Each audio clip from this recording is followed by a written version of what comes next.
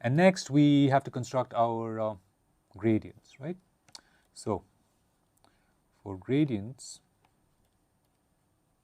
of our trial solution and weighting function, we have u, h, comma I in general. Okay, this is now again sum over a, 1 to number of nodes in the element, NA. Okay, now we're going to write NA as a, we're going to write the gradient of NA, right? And the way we can do it here is using the chain rule, right? So what I'm going to do here is write it as NA comma C1, okay? C1, sorry.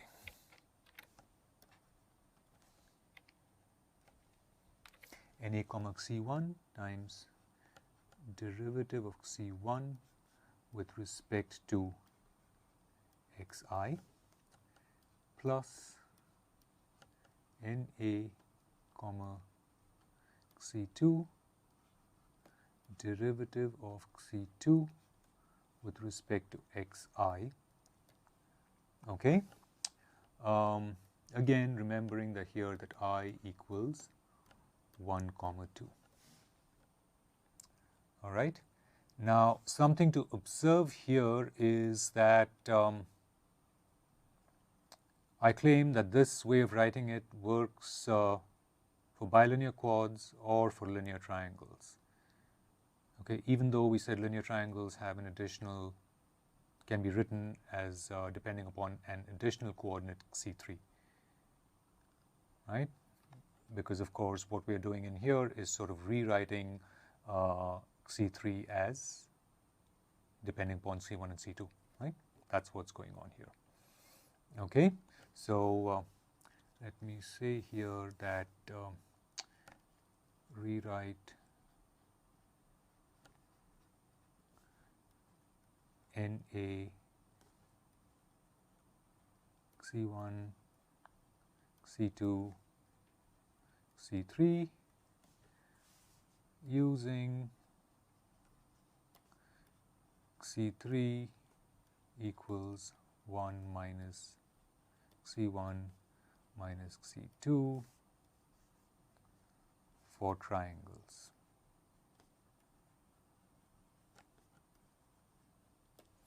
Okay, right. Basically, there are only two independent coordinates, of course, in 2D, so that's all we need to compute, right? So that should be straightforward. Okay, that brings us then to the question of how do we get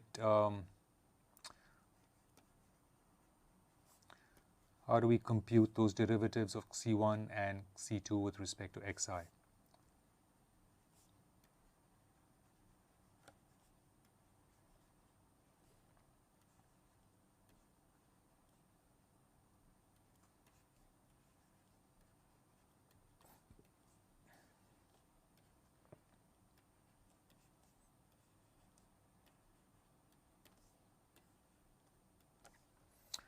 Right? How do we do it? By exploiting the mapping of the geometry, right? So what we do is we use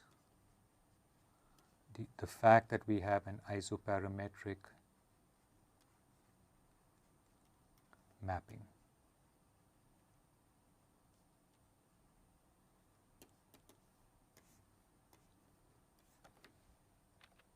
Right?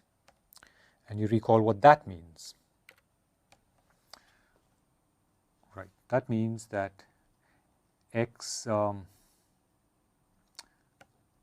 I in element E, right, can be written as a function of C1 and C2 always by writing it as sum over A NA x A I E, right, just as we did before. Okay, and in fact we've even drawn on the, in the first or second slide of this well, on the first and second slides of this segment, we've shown that mapping. Okay? All right. What this lets us do then is write out partial of xi with respect to C1 and partial,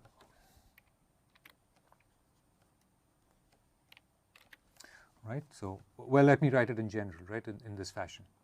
Partial of xi with respect to C capital I, right? And we know exactly how that works. It's now sum over A, running from 1 to number of nodes in the element, NA, comma, Xi, X, A, I, E. Okay? And here too, we have I equals 1, comma 2, and capital I also equals 1, comma 2. Here too, I've used the fact that even if we were working with triangles, C3 would be written in terms of C1 and C2, right? There are only two independent coordinates. All right, and this is what then allows us to write J, right? The Jacobian of the mapping. Okay, so J is now, of course, just partial of x1 with respect to C1, partial of x1 with respect to C2, partial of x2 with respect to C1, partial of x2 with respect to C2. All right. So now this is a little different from 3D. Well, it's different from 3D simply because we're working in 2 dimensions, right? But it is what you would expect, which is that the Jacobian of the mapping is a tensor that takes 2-dimensional vectors to 2-dimensional vectors. Alternately viewed as a matrix, it is a 2x2 matrix. Okay? And this implies for us then that J inverse, which is actually very easy to write because it is just a 2x2, and we know there exists an analytic formula which is actually very easy to write out, right? We know that we can now therefore explicitly compute the inverse, right? But that inverse by definition is this.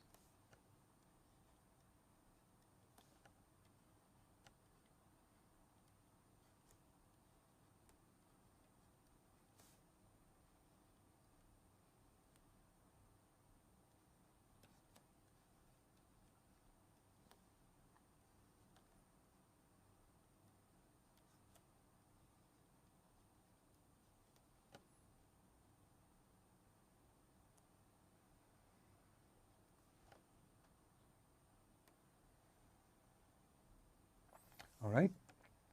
And why this matters is that these are the terms that are going to be used in our chain rule to compute derivatives, right, of our functions.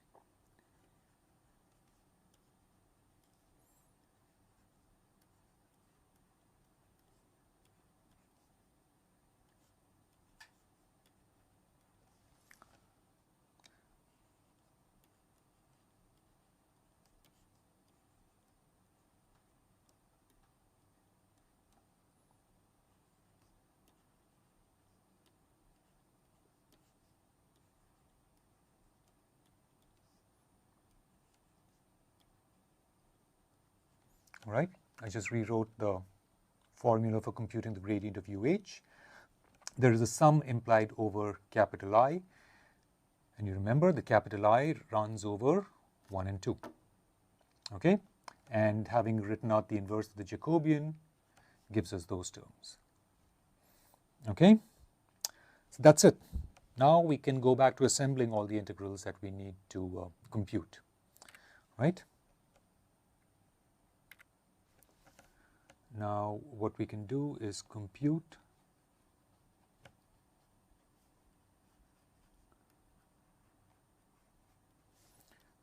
element integrals.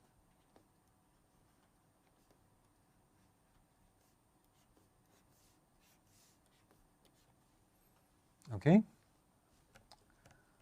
right? And remember that the way we go about that is to say that integral wh comma I jh I with a minus sign d a is sum over e integral over omega e wh comma I jh I dA, right? Well, we know how to compute everything inside there. Okay, when we write this out in detail, what we get is integral over omega e wh comma I jh I dA. In one fell swoop, I'm going to write the final expression. Okay, so we know that this can be written as minus sum over A and B. Okay, A and B running over 1 to number of nodes in the element in the general case. Right? We get here C A E. We get an integral. Now, I'm going to straight away write this integral as an integral over our parent domain. Okay, so it will be C1 or I guess C2 equals minus 1 to 1, C1 equals minus 1 to 1. Okay, inside here I'm going to get NA, right? I will get NA comma CI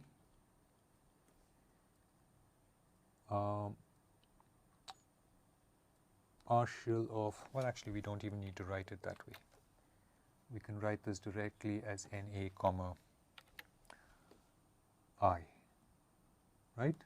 Where NA comma little I simply means that we know how to compute the gradient with respect to physical coordinates, right? We looked at that on the previous slide, right? We know how to compute those guys, right? That times, right, we get a minus kappa ij. Now to compute UH comma j, we will pick up an NB comma j here. Okay. We will be integrating this over dA, where if you look out here, we have dA as the elemental area, as it is an element of omega e in the physical domain. But here, because we are integrating over the parent domain, we pick up here determinant of j, right, which also depends upon xi, upon the vector xi, right, upon both coordinates. This now with multiplied by our elemental area in the parent domain, which is that one. Okay, I'll put parentheses here, and coming out here is DAE, sorry, DBE. All right, simple as that. Okay. Okay, and we know now that this is going, when we carry out this integral, we know how to carry out this integral. We've looked at numerical quadrature. Okay, so we know how to carry out this integral. It is going to give us, finally, we know it is going to give us k bar AB, the AB entry of the k bar matrix for element E, right? And if we were doing heat conduction, we would call this the conductivity matrix. Okay, just like that, we go ahead to compute now integral over omega of WH F bar. Okay, integral over omega of WH F bar dA, right? Okay, integral over omega WH F bar of dA, which is again sum over E integral over omega E WH F bar dA, okay, where now integral over omega E WH F bar dA equals sum over A C A E integral minus 1 to 1 minus 1 to 1. We may call this one C2, call this one C1. Okay, and here we get NA, no derivatives, F bar. Now we need to integrate over dA, but over the elemental area in the parent domain. So once again, we just get determinant of J.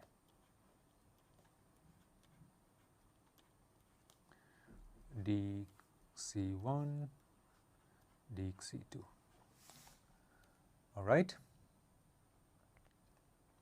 Okay.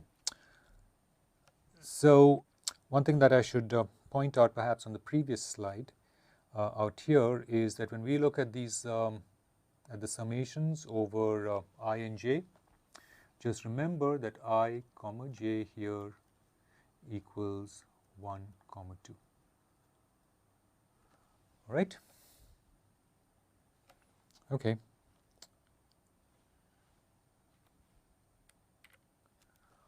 Okay, so we come back here, so that's how we know, that's how we need to compute this particular term, right? And what we know also is that when we look at that term, it is what we will call, I believe we call this F bar internal A for element E. Okay, and the very last one is the integral over the Neumann condition, over the Neumann boundary, right? So we have integral over partial omega sub j WH j sub n d little s. Okay. This one actually takes a little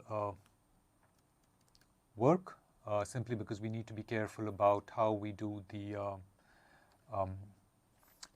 how we pick the degrees of freedom that contribute to that particular boundary here, right, from each element, and also just recalling for ourselves what we will do with doing the integral along the curve that ds implies. Okay, so we'll come back and do that in the next segment.